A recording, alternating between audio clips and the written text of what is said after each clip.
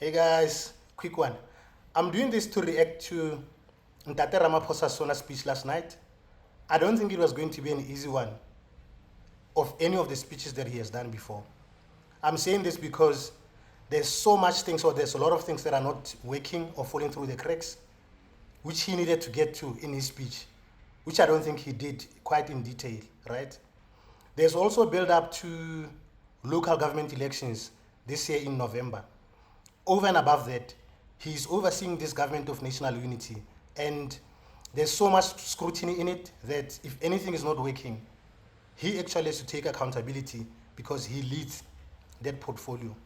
So if I was him yesterday, I wasn't going to come in and talk about the fancy stuff of bullet trains, smart cities, and all these fancy things because we've had that before.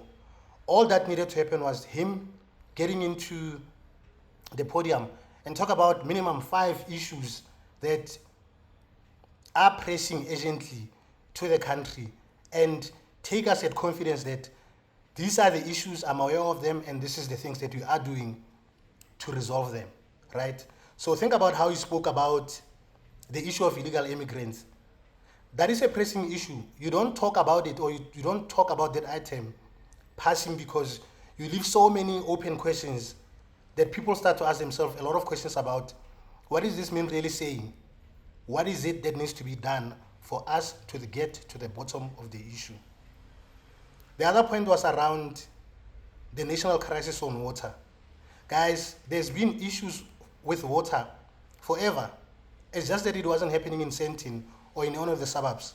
And the noise was not getting to the right ears because it could have been people in Tembisa making noise about this. They don't matter until someone in Sentin is making the noise or business is making noise. So I really feel like also he was repeating a lot of stuff that he said in the past, which really doesn't resonate well with us because build up to this, all of us were saying, or a lot of people were saying, he's going to repeat the same things he said in the past. So in the entire speech, I would commend him for one thing really.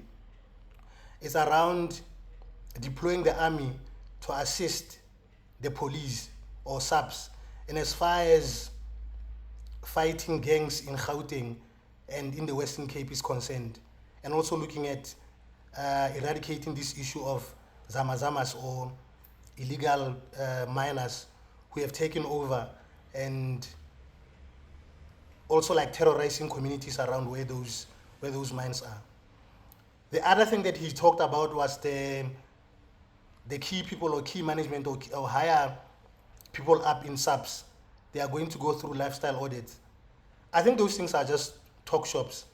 We've heard this before where we've heard about how politicians are going to go through these things, but nothing eventually ever happens. And at the moment, from what's coming out of Madlanga Commission, we know that the entire road in SAPS actually is involved in these cartels and corrupt activities and criminality, right?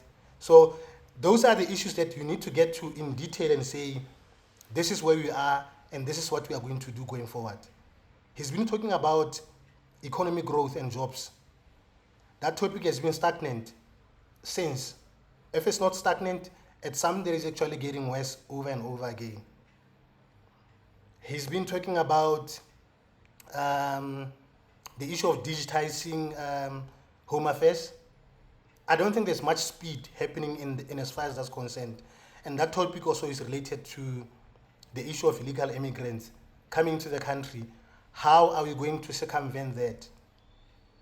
So my only thing is that he didn't get into detail and he was just all over the place and repeating the stuff that we've heard before. So those are the things that I didn't like, or some of the things that I liked about what he spoke about. He didn't also get to the issue of what's happening at universities at the moment. Students are struggling with accommodation.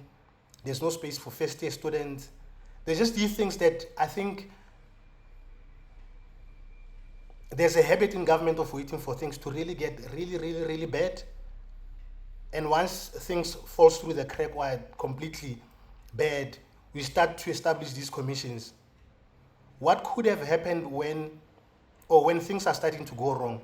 Whoever is leading that portfolio to be held accountable to get to fixing the issue before it gets messy?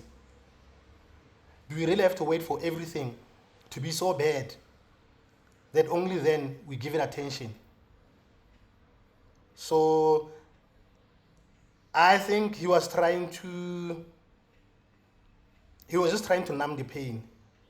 But in as far as concerned, I don't think he got confidence of some of us who understand these things and who has been actually spending time listening to his speeches. Lastly, I think for us to know that these things are also going to happen, it's to be on the lookout for what's coming in National Treasury's budget speech, which is upcoming, I think, in the next month. So all the things that he spoke about, for us to know if they are going to happen, like he said, there's a new investee coming up.